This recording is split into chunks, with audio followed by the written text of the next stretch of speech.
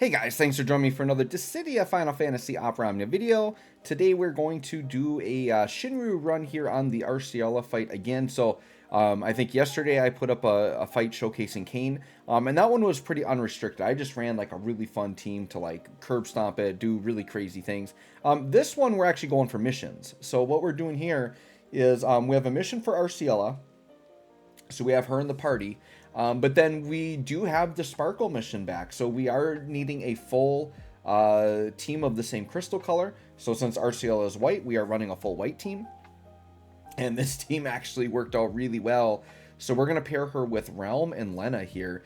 And Realm, you could almost say, is kind of just like a filler character. Because, I mean, you know, you don't usually bring Realm and be like, oh, I need to have something that she's bringing. It's just she does a lot of nice, cool things. And when you bring her, you can just use her to kind of manipulate the party in certain ways. So the way I'm operating Realm here is I very strategically brought her in the middle slot with Arciela to her left and Lenna to the right. And the idea here is I'm actually using Lenna as my damage dealer, beyond all of the other support that she's already doing. But Lenna's BT does give her a big follow-up, and any of these support characters where their BT gives them the extra follow-up damage, they actually do pretty dang good damage. And we've seen with Ignis, dare I say, he's pretty top tier. Like, Ignis does some really nice damage. I can't go 2 seconds without bringing up my boy Ignis. Do I like this man? Or not, right? I keep saying he's like the best character in the game, but I can't go 2 seconds without talking about him. You guys remember last year, when Penella came out for 5th anniversary, I couldn't go 2 seconds without talking about her because she was like by far the best character in the game, like for a long time. So yeah, I got to bring up these characters when they're monsters. But anyways, Lenna here is serving as my damage dealer. And the idea with Arciela to the left of Realm is when Realm has her BT effect up, she is going to be pulling certain characters up with her and leaving the other ones behind. So the idea is I actually want to leave Arciela behind and keep pulling up her and Lenna, because Arciela's got a really nasty BT effect where I want to sit on her 16% HP damage up for the party. 16% true HP damage, right? So we're just going to be getting extra numbers. And because her BT is a short duration, 6 turns, I really want to milk that. So my thought is once Arciela is all kind of set up, I'm in a force time, we got her BT effect up, we get Realm's BT effect going, and then anytime a frog attacks, it'll just pull up Realm and Lenna and just keep leaving Arciela back, and we'll just sit on our BT effect. So that's kind of the idea there. So right now, we're just getting Arciela kind of all set up, getting our debuffs on the enemies, getting all of our shutdown going here.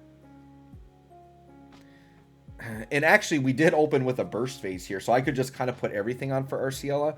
So I figured this was a nice way too to kind of just catch up on the force gauge too, because the one thing is I didn't bring a force charger here. So the idea with when you don't bring a force charger, it's sometimes nice to use a burst early to just catch up to the enemies on their force.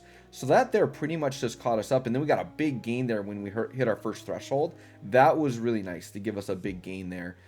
To really kind of stay ahead of the enemies. Now, I'm not too worried about beating the enemies to force because we have what the game wants, right? We're bringing the new shiny thing.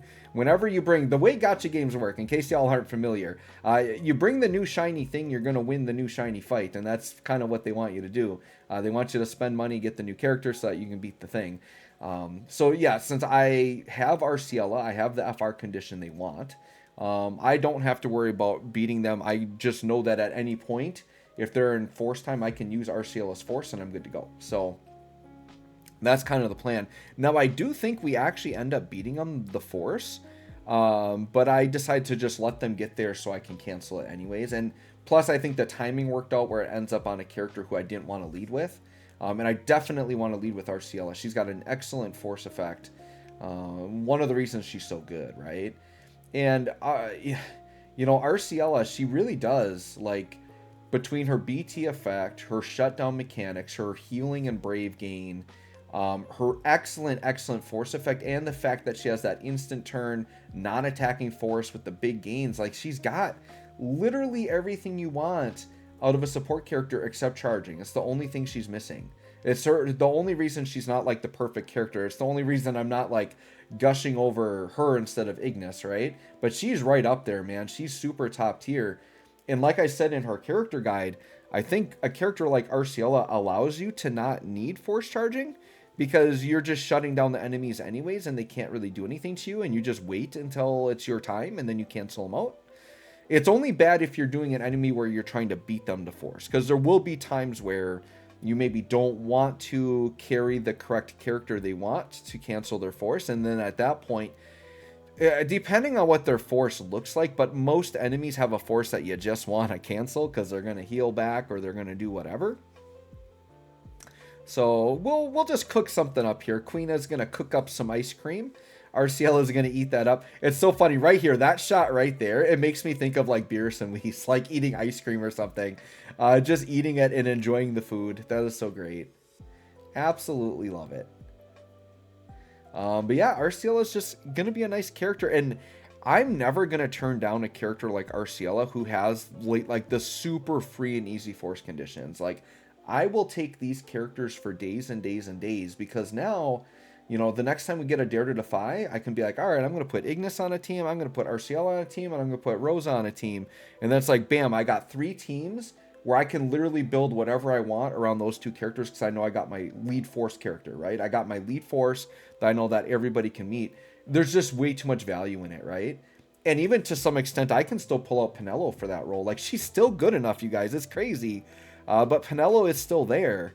You just lead with her and you can still have 2 other forces, and Penelo's fine. So she just doesn't have the damage like she used to. Although we might be coming up on her soon. She did get her upgrade in JP.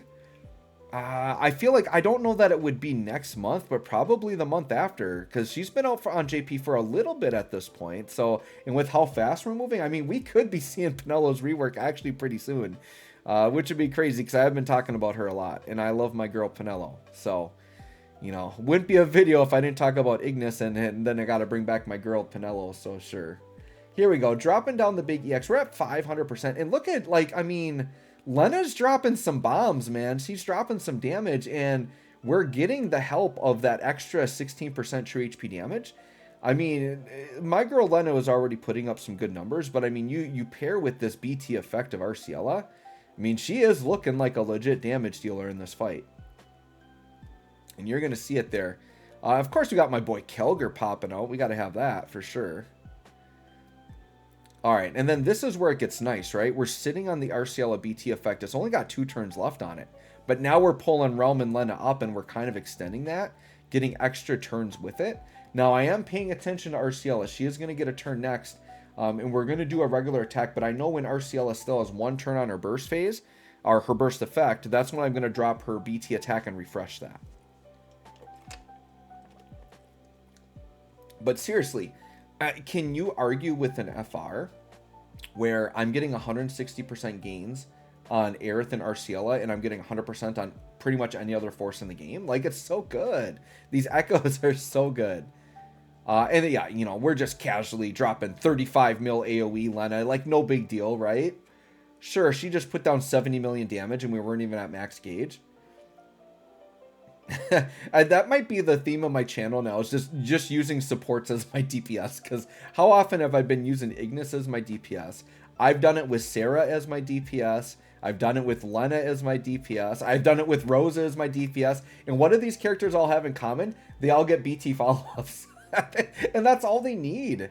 It's kind of crazy where they take these characters where their role is clearly support, and they're like, nah, let's just give them everything. Let's make them damage dealers too.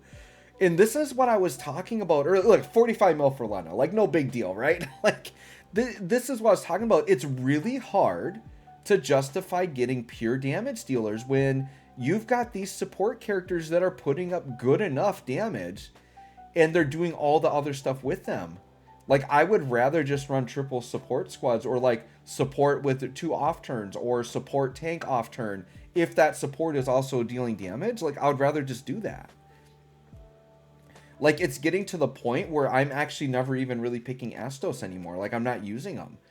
His damage is still really crazy, but it's like these more well-rounded teams where like everybody's putting in work.